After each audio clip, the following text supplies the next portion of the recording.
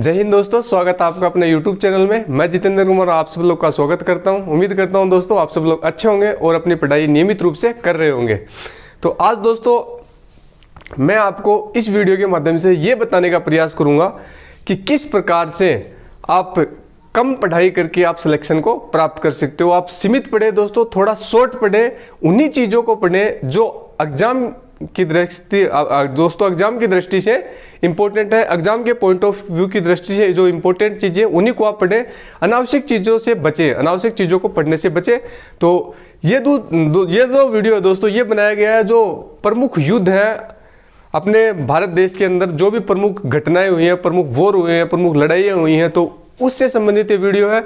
ये वीडियो दोस्तों उन स्टूडेंट्स के लिए बहुत ज़्यादा इंपॉर्टेंट होने वाला है जो स्पेशली राजस्थान से रिलेटेड कोई एग्जाम की तैयारी कर रहे हैं, जैसे राजस्थान पुलिस कांस्टेबल का ले लो, ग्राम सेवक का ले लो, पटवारी का ले लो, रीट जैसी भर्ती का ले लो, फर्स्ट ग्रेड सेकंड ग्रेड का ले लो। इस प्रकार के जो एग्जाम की तैयारी कर रहे हैं उनके लिए दोस्तों ये ज़्यादा इंपॉर्टेंट होने वाला है, क्योंकि दोस्तों इस वीडियो को उसी प्रकार से बनाया गया है जिस प्रकार से इन एग्जाम्स में क्वेश्चन पूछे जाते हैं। तो इन्हीं पॉइंट ऑफ व्यू को ध्यान में रखकर दोस्तों इस वीडियो को बनाया गया है। तो आप पूरा वीडियो दोस्तों ध्यान से देखिएगा, आपको समझ आ जाएगा यहाँ से कि किस प्रकार से अपने को स्मार्ट स्टडी करनी चाहिए। जो बार बार आप सुनते होगे, वीडियो में देखा होगा, स्मार्ट स्टडी करो, स्मार्ट स्टडी करो। इस वीडियो को देखने के बाद आपको पता चल जाएगा कि स्मार्ट स्टडी किसको कहते हैं और किस प्रकार से अपन कर सकते हैं। तो आइए दोस्तों शुरू करते हैं बिना किसी देरी के। तो उम्मीद करता हूँ दोस्तों ये वीडियो आपको पसंद आएगा। अगर पसंद आए तो मेरे मोटिवेशन के लिए एक लाइक का बटन दबाएं और थोड़ा इसको मेरे मोटिवेशन के लिए इसको शेयर करिए दोस्तों। कमेंट सेक्शन में कमेंट जरूर करिए अगर कोई चीज़ समझ में नहीं आती है तो। आइए दोस्तों शुरू करते हैं। तो इस वीडियो के माध्यम से दोस्तों अपन समझेंगे जो प्रमुख वॉर हुए हैं अब तक, उनको कौन कौन से युद्ध लड़ेंगे। तो देखिएगा दोस्तों, ये मैंने कुछ एक युद्ध लिखे हैं, उसके बाद में इस कॉलम में मैंने लिखा है कि वो किन किन के मध्य लड़ेंगे, और इस कॉलम के अंदर दोस्तों मैंने बताया है कि जो भी वो युद्ध लड़ा गया उससे संबंधित कोई इंपॉर्टेंट घटना है, कुछ फैक्ट है जिससे ऑब्जेक्टिव टाइप का क्वेश्चन पूछा जाता है आपके एग्जाम में। तो ये 3 कॉलम बनाए हैं, 3 कॉलम के माध्यम से मैंने जो भी इतिहास के महत्वपूर्ण युद्ध है इनको समझाने का प्रयास किया है। तो देखिए दोस्तों, पहला अपना युद्ध है वो है अपना हाइडेस्पीज का युद्ध। हाइडेस्पीज नाम याद रखना है दोस्तों, थोड़ा अटपटा नाम है, हाइडेस्पीज का युद्ध है। तो हाइडेस्पीज का युद्ध दोस्तों कब लड़ा गया? 326 ईस्वी में लड़ा गया। उसके बाद दोस्तों एक बार दोस्तों अपन इसको ऐसे याद करेंगे, क्योंकि दोस्तों होता क्या है, ये जो मैंने युद्ध लिखे हैं ये इंपॉर्टेंट युद्ध है और यहां से डायरेक्ट आपको ये जो किस साल में लड़ेंगे, किस ईयर में लड़ेंगे, डायरेक्ट आपको ये साल पूछा जाता है। तो सबसे महत्वपूर्ण इसमें यही है दोस्तों, पहले इसके साल आपको याद होना चाहिए किस ईयर में ये लड़ा गया। हो सकता है मैक्सिमम स्टूडेंट को ये याद हो, क्योंकि यहाँ पे मैंने कुछ इंपॉर्टेंट फैक्ट ही लिखे हैं, इंपॉर्टेंट युद्ध ही लिखे हैं, अनावश्यक युद्ध नहीं लिखे हैं जिनसे क्वेश्चन नहीं बनते हैं। और दोस्तों अगर कभी कभार कोई एक क्वेश्चन पूछ भी लिया जाए किसी ऐसे युद्ध से जो अपन ने नहीं पढ़ा, तो उससे कोई फर्क नहीं पड़ने वाला है दोस्तों। अपने को वो चीजें याद होनी चाहिए जो पूछी जाती हैं, अपने को वो चीजें याद नहीं रखनी जो साल 2 साल में 5 साल में कभी कभार एक पेपर में कई बार पूछ ली जाती, उसको अपने को ध्यान नहीं देना है। पहली प्रायोरिटी उनको देना है जो बार बार पूछी जा रही है और जिनकी पूछे जाने की संभावना मैक्सिमम है। तो देखिएगा दोस्तों, हाइडेस्पीज का युद्ध 326 ईस्वी में लड़ा गया। नेक्स्ट अपन देखते हैं कलिंग युद्ध। कलिंग युद्ध दोस्तों 261 ईस्वी पूर्व में लड़ा गया। तो इन दोनों को दोस्तों अपन एक पेयर बना के याद करेंगे। हाइडेस्पीज युद्ध 326 ईस्वी पूर्व, कलिंग युद्ध 261 ईस्वी पूर्व। उसके बाद आगे बढ़ते हैं दोस्तों। उसके बाद अपना आता है तराइन का प्रथम युद्ध। तराइन का प्रथम युद्ध दोस्तों लड़ा गया 1191 ईस्वी में लड़ा गया। सन याद रखनी है दोस्तों, पूछा जाता है, सभी की सन अपने को याद रखनी है। तराइन का द्वितीय युद्ध लड़ा गया दोस्तों, इसके 1 साल बाद ही लड़ा गया 1192 ईस्वी में। तो इन दोनों को अपन एक पेयर के साथ याद रखेंगे। तराइन का प्रथम युद्ध 1191, तराइन का द्वितीय युद्ध 1192। इसके बाद आगे बढ़ते हैं। उसके बाद देखते हैं दोस्तों पानीपत का प्रथम युद्ध। पानीपत का प्रथम युद्ध कब लड़ा गया दोस्तों? 1526 ईस्वी के अंदर। और पानीपत का ही दोस्तों सेकंड युद्ध लड़ा गया 1556 के अंदर। तो 26-56 दोनों ध्यान रख सकते हैं, इन दोनों को एक पेयर बना के याद रखेंगे। पानीपत का प्रथम युद्ध 1526, पानीपत का द्वितीय युद्ध 1556, ये अपन ने याद किया। उसके बाद आगे बढ़ते हैं हल्दी घाटी का युद्ध। हल्दी घाटी का युद्ध को याद करते हैं दोस्तों, कब लड़ा गया? इसमें दोस्तों 1500 76 ईस्वी में। लेकिन इसके अंदर दोस्तों कई बार डेट भी पूछी गई है, तो इस डेट को याद रखना, 18 जून को लड़ा गया था दोस्तों ये। तो डेट के साथ इस युद्ध को याद रखना है, 18 जून 1576 ईस्वी को यह लड़ा गया है दोस्तों। उसके बाद इस युद्ध को दोस्तों अपन अकेले में याद रखेंगे, क्योंकि थोड़ा सा अलग है। हल्दी घाटी का युद्ध 18 जून 1576 ईस्वी को लड़ा गया। उसके बाद दोस्तों ये 4 ही युद्ध नीचे वाले, इनको एक पेयर के रूप में याद रखेंगे, क्योंकि दोस्तों कुछ ना कुछ सिमिलरिटी इसके अंदर है। तो सिमिलरिटी अगर अपन से याद रखेंगे तो अपन को याद रखने में थोड़ी आसानी होगी। प्लासी का युद्ध दोस्तों कब लड़ा गया? 1757 ईस्वी में लड़ा गया। और आपको डेट इसमें भी याद रखनी है, ये भी दोस्तों 23 जून को लड़ा गया था। तो डेट इसके अंदर याद रखनी है। इन दोनों युद्धों में डेट पूछी जाती है। प्लासी का युद्ध कब लड़ा गया? 23 जून 1757 ईस्वी को लड़ा गया। उसके बाद देखते हैं दोस्तों वनडिवास का युद्ध दोस्तों लड़ा गया 1760 ईस्वी में। उसके बाद पानीपत का तृतीय युद्ध, 2 युद्ध ऊपर देख चुके हैं दोस्तों, पहला और दूसरा। इसके बाद आता है पानीपत का तीसरा युद्ध लड़ा गया दोस्तों इसके 1 साल बाद, वनडिवास के 1 साल बाद 1761 ईस्वी में। और उसके बाद देखते हैं अपन बक्सर का युद्ध दोस्तों कब लड़ा गया? बक्सर का युद्ध लड़ा गया 1764 ईस्वी में। तो ये दोस्तों सभी जो युद्ध हैं ये 1700 ईस्वी के हैं, इसलिए अपन ने इनको एक साथ लिख लिया और एक साथ इनको याद रखेंगे। कैसे दोस्तों? प्लासी का युद्ध 1757, वनडिवास का युद्ध, इस वनडिवास को दोस्तों कई बार वादिवास भी लिखते हैं, डी को द भी लिखेगा, वादिवास भी लिख सकता है। तो वनडिवास का युद्ध 1760, पानीपत का तीसरा युद्ध 1761 और बक्सर का युद्ध 1764। इस प्रकार से अपन ने इन चारों को याद किया। उसके बाद दोस्तों ये एक बीच में बच गया, तो खानवा का युद्ध, ये भी दोस्तों इंपॉर्टेंट है, बार बार पूछा जाता है। खानवा का युद्ध दोस्तों कब लड़ा गया? इसमें डेट याद रखनी है अपने को, 17 मार्च 1527 ईस्वी को। तो डेट आपको याद रखनी है। इसके अंदर 3 युद्ध के अंदर आपको डेट याद रखनी है, हल्दी घाटी युद्ध, प्लासी युद्ध और खानवा का युद्ध। यहां से डेट भी आपको पूछी जाती है, बाकी युद्ध की डेट याद रखने की जरूरत नहीं है आपको, क्योंकि दोस्तों मैं पहले ही बता चुका हूं, आप एक ह्यूमन बॉडी हो और एक मानव है, वो सब कुछ याद नहीं रख सकता। तो स्मार्ट स्टडी कर रहे हैं अपन, तो स्मार्ट तरीके से पढ़ेंगे। तो देखिए दोस्तों, खानवा का युद्ध 17 मार्च 1527 ईस्वी को लड़ा गया है। अब दोस्तों अपन एक बार इसको रिकॉल करते हैं और एक बार याद रखने का प्रयास करते हैं। तो देखिएगा दोस्तों, अपन सबसे पहले देखते हैं हाइडेस्पीज का युद्ध 326 ईस्वी पूर्व। उसके बाद आता है दोस्तों कलिंग युद्ध 261 ईस्वी पूर्व। उसके बाद अपना आता है तराइन का प्रथम युद्ध 1191, तराइन का द्वितीय युद्ध 1192। उसके बाद अपना आता है दोस्तों ये पानीपत का दोस्तों प्रथम युद्ध 1526 ईस्वी में, पानीपत का द्वितीय युद्ध 1556 ईस्वी में। उसके बाद आता है दोस्तों अपना हल्दी घाटी का युद्ध 1576 ईस्वी के अंदर।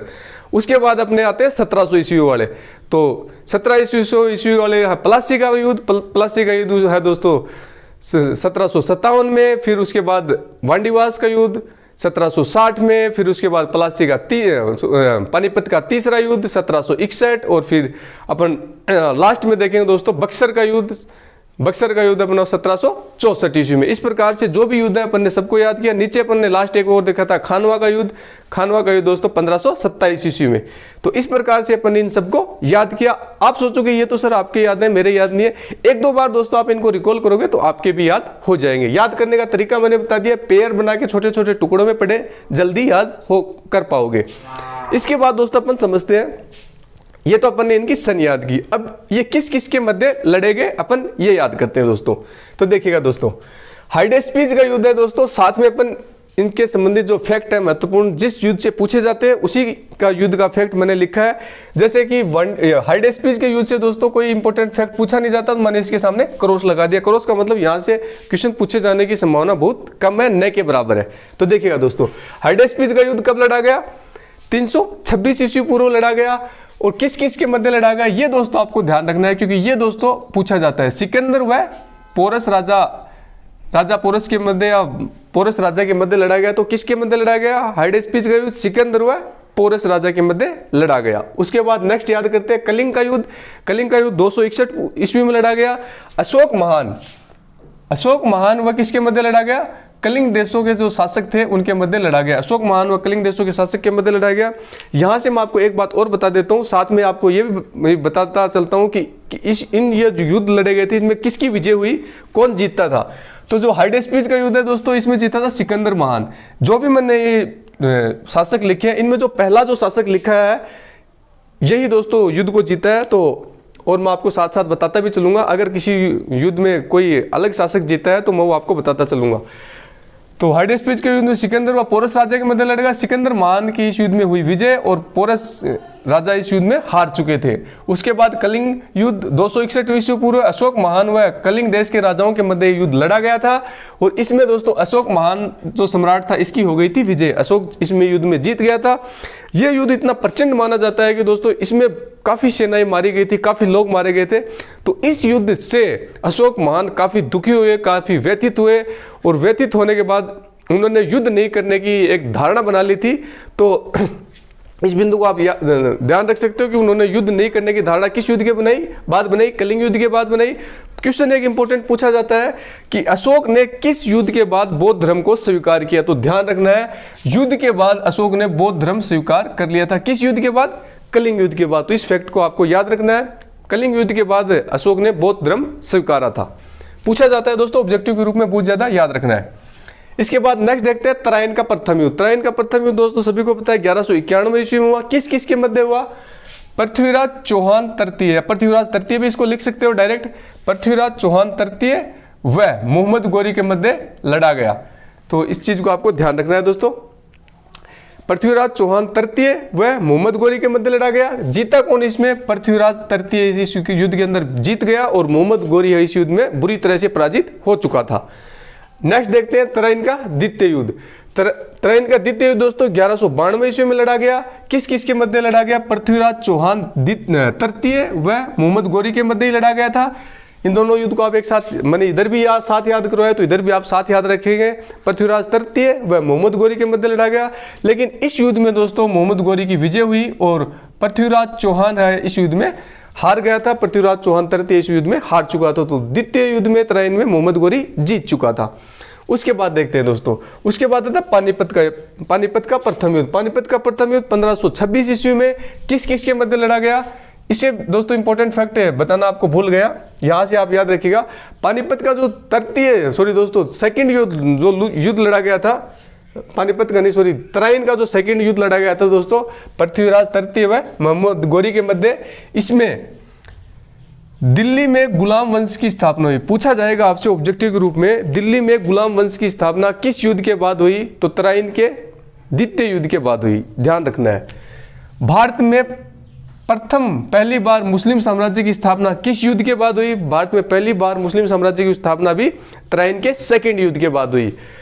कुतुबुद्दीन ऐबक को गवर्नर बना दिया गया। इसका मतलब यह है जो तराइन का जो दोस्तों दूसरा युद्ध हुआ था मोहम्मद गोरी व पृथ्वीराज तृतीय के मध्य, इसके बाद मोहम्मद गोरी युद्ध में जीत चुका था और जीतने के बाद कुतुबुद्दीन ऐबक को वो भारत के अंदर अपना गवर्नर बना के चला गया था। इस चीज को आपने को ध्यान रखना है। तो कुतुबुद्दीन ऐबक को युद्ध के बाद गवर्नर का पद किसे सौंपा गया था? कुतुबुद्दीन ऐबक को सौंपा गया। पहली बार मुस्लिम साम्राज्य की स्थापना किस युद्ध के बाद? तराइन के सेकंड युद्ध के बाद। दिल्ली में गुलाम वंश की स्थापना किस युद्ध के बाद? तराइन के सेकंड युद्ध के बाद। तीनों फैक्ट पूछे जाते हैं, ध्यान रखना है आपको। इसके बाद आगे बढ़ते हैं। पानीपत का पहला युद्ध 1526 ईस्वी में किस किस के मध्य लड़ा गया? बाबर के मध्य और इब्राहिम लोदी के मध्य लड़ा गया। क्या है इससे इंपोर्टेंट? युद्ध में विजयी कौन हुआ? पहली बात, युद्ध में विजयी हुआ दोस्तों इसमें बाबर है, युद्ध के अंदर विजयी हुआ। पानीपत के पहले युद्ध में इब्राहिम लोदी वो बुरी तरह से हार चुके थे। क्या था इससे संबंधित इंपॉर्टेंट फैक्ट में याद रखोगे कि भारत में पहली बार तोपों का इस्तेमाल किस युद्ध में किया गया? पानीपत के पहले युद्ध में किया गया। बाबर ने पहली बार भारत में युद्ध के अंदर तोपों का प्रयोग किया था। पूछा जाता है किस युद्ध में पहली बार तोपों का प्रयोग किया गया?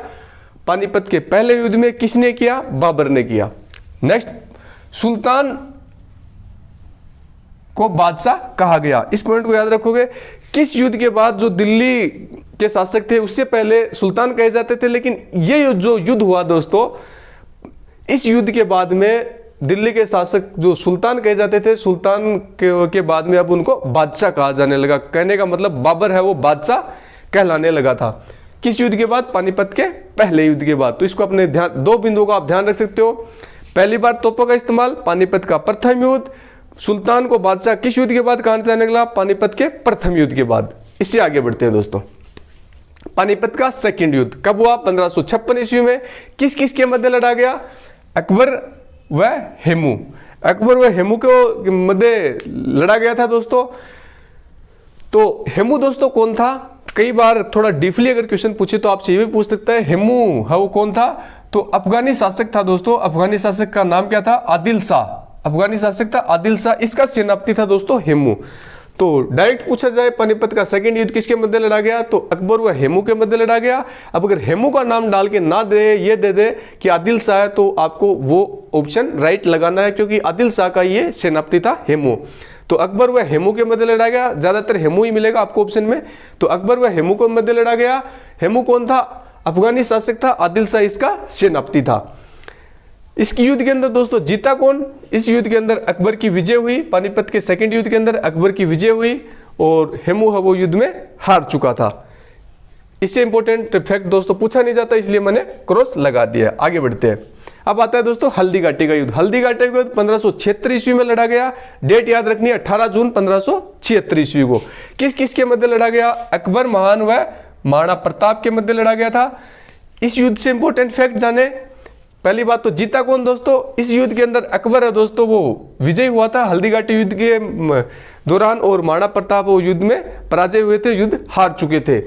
अकबर का सेनापति मानसिंह था। पूछा जाता है दोस्तों हल्दी घाटी युद्ध में मुगल सेना का नेतृत्व किसने किया, तो मुगल सेना का नेतृत्व किया मानसिंह, क्योंकि अकबर मुगल सम्राट था और मुगल सेना का नेतृत्व किसने किया, मानसिंह, क्योंकि ये इसका सेनापति था। तो अकबर का सेनापति कौन था इस युद्ध में, मानसिंह था। इस युद्ध में महाराणा प्रताप का पूछा जाता है कि महाराणा प्रताप में हल्दी घाटी के युद्ध में महाराणा प्रताप का किस जाति ने साथ दिया या किस जनजाति ने साथ दिया, तो ध्यान रखना है महाराणा प्रताप का दोस्तों भीलों ने साथ दिया था। स्थानीय भील थे, उन्होंने साथ दिया था। एक पॉइंट ऑफ याद रख सकते हो आप, इस युद्ध में हार के बाद जो महाराणा प्रताप हैं वो दोस्तों चले गए थे अरावली की पहाड़ियों में, भाग के चले गए थे। पूछा जाता है कि हल्दी घाटी के युद्ध के बाद महाराणा प्रताप ने कहां जाकर शरण ली, तो अरावली पहाड़ियों में जाके शरण ली। तो 3 बिंदु याद रखने हल्दी घाटी युद्ध से कौन कौन से हैं, अकबर का सेनापति कौन था या मुगल सेना का नेतृत्व करने वाला कौन था, तो मानसिंह।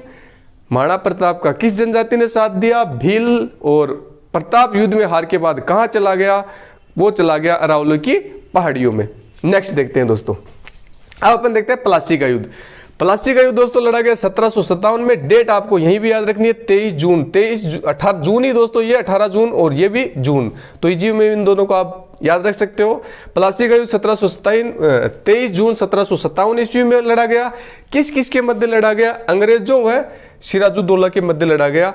तो ये ध्यान रखना है, प्लासी का युद्ध अंग्रेजों व सिराजुद्दौला के मध्य लड़ा गया था। इंपॉर्टेंट फैक्ट अपन जाने इससे संबंधित। तो इसमें दोस्तों जो अंग्रेजी सेना थी, इंग्लिश सेना थी, इंग्लिश सेना का नेतृत्व किसने किया, पूछा जाता है दोस्तों रॉबर्ट क्लाइव ने किया था। प्लासी के युद्ध में इंग्लिश सेना का नेतृत्व है। और जो बंगाल का शासक दोस्तों कौन था, बंगाल का शासक था मीर जाफर।